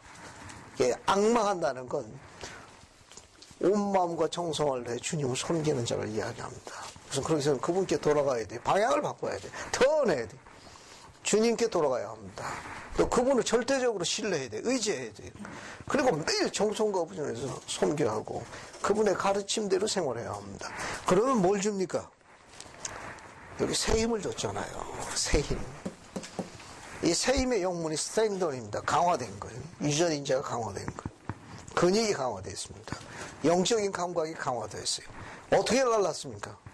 독수리 날듯 날랐어요. 아무리 달려도 지치지 않았습니다. 아무리 걸어도 피로하지 않았어요. 원더우먼이 된 거죠. 슈퍼맨이 된 거고. 그걸 이야기하는 겁니까? 세임 중에 가장 큰 세임은 지내면 지낼수록 삶을 살수록 좋은 남자가 되는 거예요. 좋은 남자, 좋은 남편, 좋은 아버지, 좋은 아들이 되는 겁니다. 그래서 그것을 바라보는 어미와 아비에게 새 소망과 용기를 가져다 주는 일입니다. 또 그것을 지켜보는 아내가 새 소망과 새 힘을 갖는 거예요. 이 험한 거친 폭풍 같은 이 세상을 살아가는 동안에 지치거나 상심을 가져다 주지 않는 자녀가 된다는 건 얼마나 아름다운 목표입니까? 이 거친 세상 속에서 남편으로 인해서, 아버지로 인해서 피곤함과 지침을 가져다 주지 않는 아버지와 남편이 된다는 건 얼마나 가치 있는 목표입니까? 광야에 있었던 이야기예요. 우리는 그분을 공부하는 그분 이름이 바로 니파입니다. 니파이 같은 아버지를 둔, 남편을 둔 그 아내와 또 자녀들은 이 거친 세월 속에서 얼마나 기쁨과 즐거움이 많았겠어요. 지치거나 피곤해라 하는 이유가 없었을 겁니다. 또 그 아들을 바라보는 어머니는 얼마나 지치거나 힘든 일이 있었겠습니까? 그 아비는 어떻게 했습니까? 뭘 먹는 게 있은 이야기는 이사야서에도 묘사되어 있습니다. 우리가 원하는 건 이 힘을 배우는 일입니다. 여러분이 미래의 약속된 땅에서 신천지를 개척하기 전에 누구나 광야에 8년에 있기 마련해. 이 8년을 어떻게 훈련하는 데 대해서 뭘 먹는지 가르쳐 주겠습니다. 자, 이제 바운티풀에서 배 만드는 사건이 이루어지죠. 여기서 배를 만듭니다. 배를 만드는데 그 배 만드는 장면이 이제 나옵니다. 여러분 오시다 보면은 그 7절 한번 보세요. 주님께서 니파이를 어디로 부르십니까? 뭐라고 불렀어요? 그렇습니다. 이 중에 잘 보세요. 그냥 산으로 가는 게 아니라 뭡니까? 일어나 산으로 가랍니다. 앞에 보세요. 주님께서 니파이를 산으로 불렀는데 그냥 부르시지 않았습니다. 일어납니다. 주님께 나가려면 여러분 두 발로 여러분이 일어나야 돼. 그거 아버지가 없고 산에 못 갔을 거예요. 엄마가 산에 없고 못 갑니다. 산 타보세요. 자기 짐과 자기 모고치는 자기 가야 돼. 안 그러면 집단을 전부 다 극히 위험한 상황으로 몰아갑니다. 배낭과 모든 것을 자기 모고치를 자기가 져서 정상을 가야 그 팀이 사는 거예요. 안 그러면 너무너무 위험한 상황입니다. 산 타보면 금방 할 수 있어요. 주님께서 일어나 산으로 가면 네 발로 일어나 걸어가도록 요구했다는 겁니다. 우리 젊은이들이 그 용어를 주목하셔야 돼요. 아침에 일찍 일어나십시오. 몸을 가꾸십시오. 산에 가서 니파이가 뭐 했습니까? 산에 올라가서 뭐 했어요? 감사합니다. 거기서 기도했습니다. 여러분 산에 가서 기도한 지 얼마나 됐어요? 고대에선 이 산이 성세 역할을 대신했습니다. 여러분은 그 거룩한 면전에 나아가 니파이처럼 대화한 일이 얼마나 됐습니까? 주님께서 니파에게 일어나 산으로 가라고 요구하셨습니다. 우리는 이 영적인 산에 올라갈 이유를 갖고 있습니다. 니파에게 뭘 요구했죠? 그 뒤에 뭘 지금 요구했습니까? 그 산에 올라가서 배 만들으라고 했죠. 자, 뒤에 봅시다. 자, 30절에 보게 되면은, 거기 9절부터 볼게요. 거기 보면 이제 내가 네게 보여질 8절에 보면 하나님께서 요구하신 방식에 따라 배를 만들려고 했습니다. 그죠? 그래서 9절, 10절, 11절 보게 됩시다. 근데 니파에게 이제 배를 만들려고 요구했어요. 배를 만들려고 했습니다. 배를 만들려고 했습니다. 근데 니파이는 배를 만든 경험이 있나요? 니파이가 예루살렘에서 그 배 만드는 조선 전문 학교 졸업했죠? 그렇습니까? 니파이는 배 만든 경험이 없습니다. 근데 니파이가 배를 만들고 했을 적에 니파이가 불평했나? 지금까지 한 번도 세워본 일이 없는 목표를 줬습니다. 태어나서 한 번도 세워본 적이 없는 목표를 주시고 태어나서 한 번도 시도해보지 않은 노력을 할 것을 주님께서 요청하셨어요. 그게 가스프리. 그게 복음입니다. 우리가 복음을 안다는 것은 태어나서 지금까지 한 번도 세워본 골, 목표를 향해 지금까지 태어나서 한 번도 해보지 않은 노력을 시도하는 걸 요구하는 겁니다. 그게 복음이. 그게 복음이라는 거는 태어나서 내가 한 번도 그런 골을 세워본 일이 없어요. 또 그 골을 이루기 위해 가지고 태어나서 내가 지금까지 한 번도 시도해본 적 없는 그 노력을 요청합니다. 그게 복음입니다. 그래야만 개심이 돼요. 그래야만 다시 태어납니다. 그냥 태어나서 살아가는 건 그냥 살아가고 있을 뿐인데 주님은 다시 태어나길 요구하시는 겁니다. 거듭나길 요구하는 거예요. 여기도 마찬가지입니다. 리파이에게 배를 만들어 요구했지만 리파이는 그 부분에 대해서 배를 통째로 주시지요라고 요구했습니까? 어떻게 요구했어요? 그렇죠.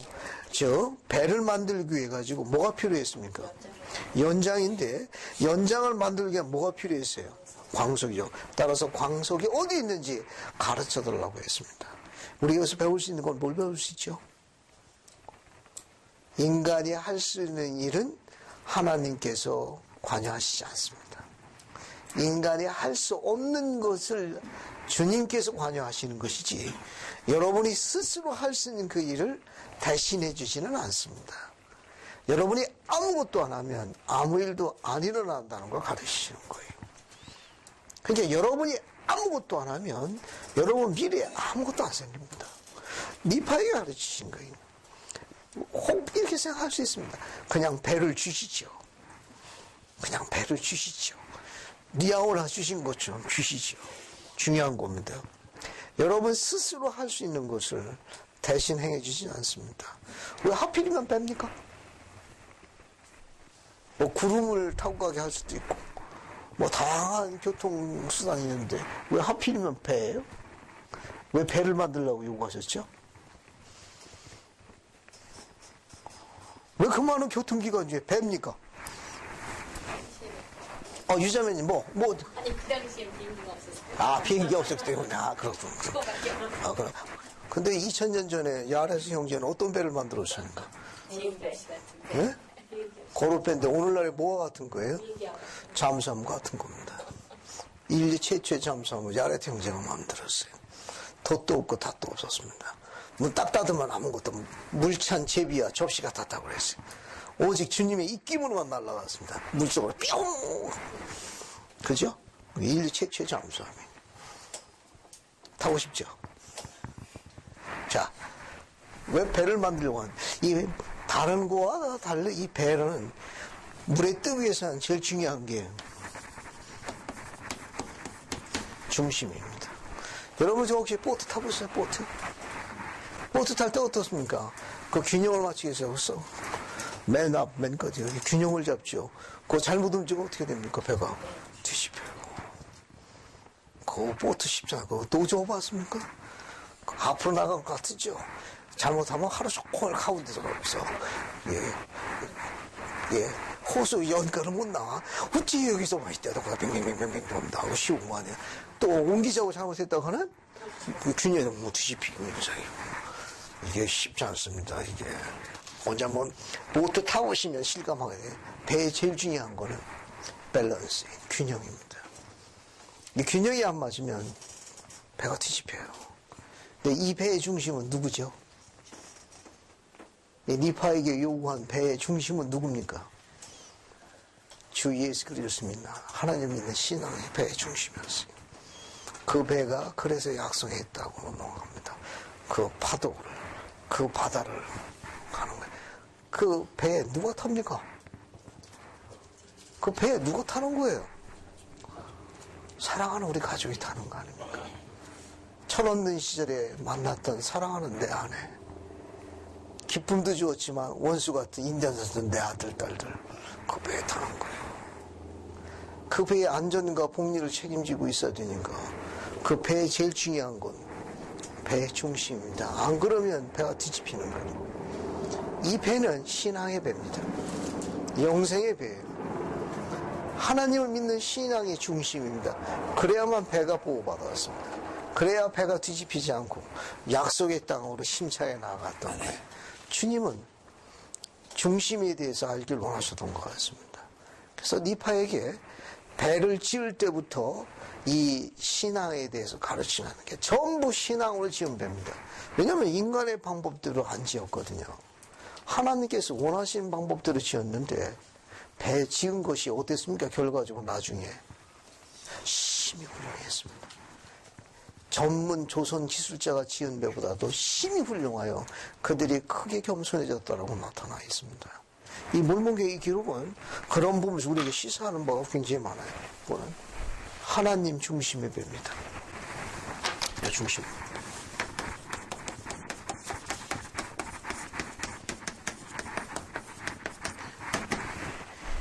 이 배를 우리가 생활로 바꿨을 수도 있어요.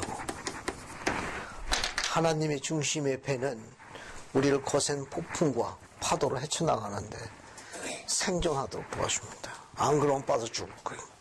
어쩌면 그 밑에 쪼서 아빠, 쪼서 엄마가 있을지도 모르지. 이건요. 뒤에 봅시다, 뒤에. 뒤에 쭉 보시게 되면, 이제 배 만드는 장면이 쭉 나옵니다. 그래서 형들을 권고하는 장면이 나왔는데, 여러분도 그걸 쭉 보시면 돼요. 다 보시면 되고, 45절 보세요. 니파이전서 17장 45절. 45절 보세요. 봤습니까? 자, 이것도 굉장히 흥미진 제목이에요. 당신들은 죄악을 행하는 데는 재빠르나 곧주 당신의 하나님을 기억하는 데는 더디나이다. 당신들은 천사를 보았고 그가 당신들에게 말하였으나 참으로 당신들은 시시로 그의 음성을 들었나이다. 또 그가 당신들에게 고요하고 작은 음성으로 말하였으나 당신들이 감각이 없어 그의 말씀을 감지할 수 없었나이다. 그래요 그가 우리 소리처럼 당신들에게 말하며 그로 인해 땅이 갈라질 듯 진동하였습니다. 자, 그러면 주님께서 우리에게 전하시는 말씀은 듣는다는 건 느낀다는 게 더 정확한 설명이에요. 거기 보면 고요하고 작은 음성이라고 했는데 그 음성을 듣는 게 아니라 느끼는 겁니다.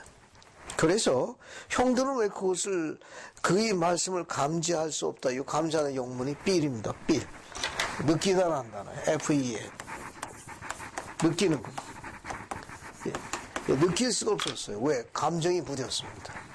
하나님에 대한 향하는 그 감정이 무뎌가지고 그것을 인지하지 못했어요. 느끼질 못했습니다. 거기서 이제 저항한 거죠. 이미 세상 것으로 너무 굳어졌습니다. 그래서 저항한 거예요. 우리 교재에 설명이 잘 나와 있으니까 설명을 한번 읽어볼게요. 여러분, 여기 도표, 광야형 도표 옆에 있는 설명문을 보세요. 교재에도 있습니다. 교재도 같이 보시면 돼요. 12사도 정원의 보이드 케이페코의 정은 영적 대화를 이렇게 설명했다. 성신께서 말씀하실 때 우리는 그 음성을 듣기보다는 느낍니다. 삘이 맞는 거예요. 그 음성은 고요하고 세미한 음성으로 묘사되고 있습니다. 영의 속삭임을 들었다는 말을 할 때 우리는 대부분 이러한 느낌이 들었다고 표현합니다. 계시로 오는 말씀은 듣기보다는 느끼는 언어입니다. 느끼는 거니까 영적으로 준비하지 않으면 이걸 감각을 느끼기가 어려워요. 절 보세요. 우리 리듬이 있습니다. 그 리듬을 잊어버리게 되면 그걸 타치하기가 어려워요. 늘 평소에 일상생활 영적인 리듬을 타야 됩니다. 그래야 그 주파수를 잡을 수 있는 거예요. 그 주파수가 안 맞으면 소리가 어떻습니까? 아주 시끄럽고 아주 짜증나게 하는 그런 잡음이 나죠. 영적인 생활도 마찬가지예요. 그 리듬을 타야 합니다. 그래야만 채널을 들을 수 있게 해왕국의 주파수에서 선명하게 들리는 거예요. 안 그러면 지지해가지고 감각을 잃습니다. 그 밑에 있는 거 밑에 보세요. 밑에 보면은 레위인과 레위엘은 감각이 없어 성신의 말씀을 감지할 수 없었다. 12사정원의 조세프 오스닌 장로는 영적인 무감각은 심각한 죄를 지은 사람에 국한되는 문제만 아니라고 설명을 했다. 주님의 교회에 속한 일부 회원들이 성신의 은사로 누리는 특권을 외면한 채 생활하지는 않을까 하고 염려가 됩니다. 회원 중에는 세상 일에 마음을 뺏긴 나머지 성신의 영향이 차단되어 영적 속상임을 알아듣지 못한 사람이 있습니다. 우리가 사는 세상은 소란스럽고 분주합니다. 바쁘게 살아가는 것이 꼭 영적인 삶이 아니라는 걸 기억하십시오. 조심하지 않으면 세상 일들이 영적인 일들을 밀어냅니다. 어떤 이들은 죄를 범했기 때문에 영적으로 선다고 감각이 없고, 또 어떤 이들은 영적으로 안 좋아해 더 발전하거나 하나님과 교통하자는 소망이 없습니다. 만일 그들이 말할 수 없이 큰 은사에는 성신의 연단한 영향력에 마음을 연다면 새롭고 영원한 영적 차원이 펼쳐질 겁니다. 그들 눈에 거의 상상할 수 없는 시야가 들어올 것입니다. 탁월하고 귀중하며 영혼을 키워주고 생각을 넓혀주며 평온할 수 없는 기쁨으로 마음을 키워준 성령의 일들을 스스로 할 수 있습니다. 이해하겠죠? 자, 두 가지를 이야기하고 넘어가서 절 보세요. 충분히 여러분이 이해해 주시기로 생각합니다. 저는 IT 기계에 그렇게 능숙하지 못합니다. 다만 업무상으로 인해 가지고 스마트폰으로 바꿨어요. 근데 재밌는 걸 발견했습니다. 음란물이 자주 뜬다는 거예요. 어떻게 알고 날라오는지 시도 때도 없이 날라옵니다. 만약에 우리 시온의 젊은이들이 호기심에 접촉했다가는 쉽게 빠져나오지 못하겠다는 생각이 들었습니다. 다 헛된 겁니다. 그것이 도박이 되었든 성적인 게 되었든 어떤 게임이 되었든 다 마찬가지예요. 말일에 주님의 자녀들을 사냥하는 것이 악마가 곳곳에 퍼뜨리고 있습니다.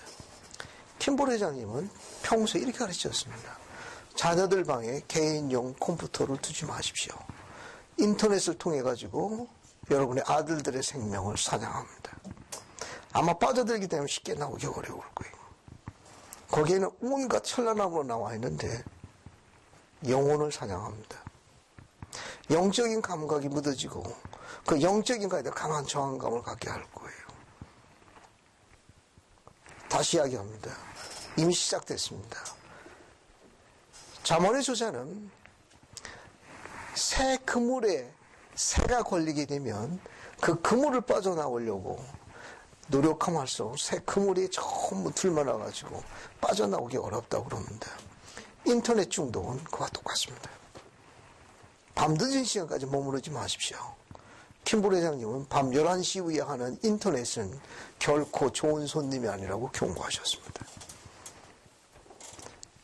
제게도 아들이 둘이 있습니다. 가끔 우스갯소리로 이야기하지요. 너희 방에 예수님의 엄청 큰 초상화를 걸어놨습니다. 그 뒤에다가 선지자 조셉 스미스도 걸어놨어요. 너희들이 야동을 볼 때 두 분께서 동참하실 게다. 그래서 아주 감격하고 좋아하더라고. 그러면 아빠 언제 언제 접촉할 수 있습니까? 아빠가 감리할 때다. 근데 한 번도 초대를 안 하네. 다시 이야기합니다. 영혼을 사냥하는 것들이. 그런 낮은 것에 접촉하지 마십시오. 요셉이 보디바네가 접촉했을 때 이렇게 이야기했습니다. 하나님께서 다 허락하셨으나 오직 당신만 허락하지 아니하셨나이다. 내가 어찌 이 큰 악을 행하여 하나님께 범죄하리까? 기억하십니까? 다 허락하셨는데 선지자가 허락하지 않은 걸 접촉하지 마십시오. 성약이란 만지지 말아야 할 건 만지지 말아야 합니다. 지킬 걸 지켜야 하며 바칠 걸 바쳐야 하고 있어야 할 거 있는 게 성약이에요. 그거는 여러분의 자제력과 관련이 있습니다. 남자의 큰 매력은 자제력이. 그게 여러분의 미래의 아내와 자녀를 보존하는 것들입니다. 레위인과 레위엘은 그 감각이 무뎌진 걸 패스트 필링이라고 그랬어요. 패스트 필링이라는 건 무뎌진 겁니다. 아주 거기에 대해서 둔해진 거예요. 영의 언어를 배우도록 노력하십시오. 오늘 아주 유인물 맨 뒤편 보세요. 오늘 아주 유인물입니다. 오늘 아주 유인물 맨 뒷장을 보세요. 맨 뒷장을 보시면은 친필 워드 프로세서로 붙여놓은 게 있어요. 맨 밑에 좌측편 맨 밑에부터 역순으로 읽어가겠습니다. 예, 적용하는 겁니다. 보셨습니까? 자, 거기 보면 페커 회장님이 1978년에 하신 말씀이에요. 우리는 1년 동안 먹을 식량과 의복과 가능하다면 연료까지도 가정에 비축하라는 가르침을 받아왔습니다. 이와 동일한 원리가 문제 해결과 지원과 인도와 같은 영감과 계시를 받는 데에도 적용된다는 사실 우리는 알 수 있지 않겠습니까? 비추신 거 잘 보세요. 우리는 모든 가정에 영감과 계시를 받을 수 있는 영성을 저장할 창구가 필요합니다. 우리도 영성을 저장할 창구가 필요해요. 우리가 정서적인 독립성과 영적인 독립, 즉 영적인 자립을 상실하게 되면 물질적으로 자립하지 못할 때보다 훨씬 더 약화될 수 있습니다. 이 말은 뭐냐 하면 앞에 보세요. 만약에 우리가 영적인 자립을 하지 않으면 세상적으로 물질적으로 자립해서 오는 거기서 오는 후유증보다 더 크다는 거예요. 상처나 후유증이 더 커요.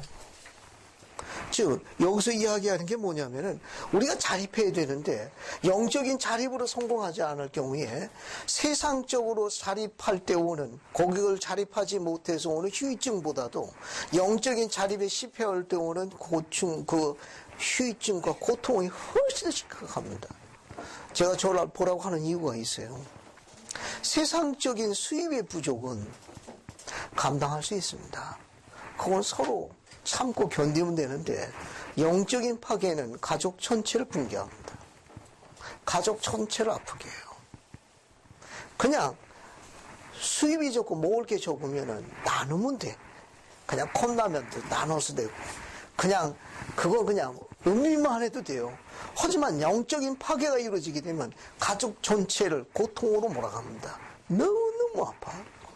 그건 어느 정도까지 가게 되는가 하면 햇살이 쪄도 햇살이 따뜻한 걸 못 느낍니다.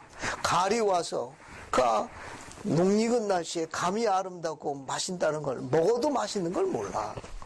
그게 영적인 자립에 실패할 때 오는 고통입니다. 지금 페커 장로님은 우리가 준비할 가장 중요한 저장소문에 영성이라는 걸 갖춰야 합니다. 신과 대화하는 능력을 개발해야 돼요. 안 그러면 여기 나와 있는 대로 큰 고충이 따라옵니다. 이제 맨 위로 올라갑니다. 우측편 맨 위로 올라갈게요. 메르온지 롬리 회장님이 1983년에 하신 말씀입니다. 아무것도 없다면 어떻게 줄 수 있겠습니까? 텅 빈 손반에서는 굶주린 자에게 줄 식품이 나올 수 없습니다. 텅 빈 지갑에서는 불쌍한 사람들을 도와줄 돈이 나올 수 없습니다. 감정적으로 메마른 곳에서는 아무런 도움이나 이해가 있을 수 없습니다. 그리고 무엇보다 가장 염두에 두어야 할 점은 영적으로 약해서는 영적으로 인도할 수 없다는 사실입니다. 세상에서 제일 무서운 게 뭔지 아세요? 세상에서 제일 무서운 거 꽃감입니까? 텅 빈 지갑이에요. 텅 빈 지갑은 무서운 게 없다고 그러는데. 그런데 그보다 더 심한 건 뭐냐? 영적으로 약해서는 영적으로 인도할 수 없다는 겁니다. 밑에 거 보세요. 에즈라 테프트 벤슨 1986년에 하신 말씀입니다. 종종 스테이크의 활동 수준을 높이기 위해 많은 노력을 합니다. 성산시 참석률을 높이기 위해서 열심히 일합니다. 선교사로 떠나는 젊은이의 비율을 높이기 위해서도 애쓰고 있습니다. 성전교례 수를 증진시키기 위해서 힘을 쏟습니다. 이 모든 것이 다 칭찬할 만한 노력이요 왕국 발전의 중요한 요소들입니다. 그러나 개개인과 가족이 정기적으로 지속적으로 경전에 몰두하게 될 때 기타 다른 활동 사항들은 저절로 이루어지게 됩니다. 간증이 커질 겁니다. 혈심이 굳어질 겁니다.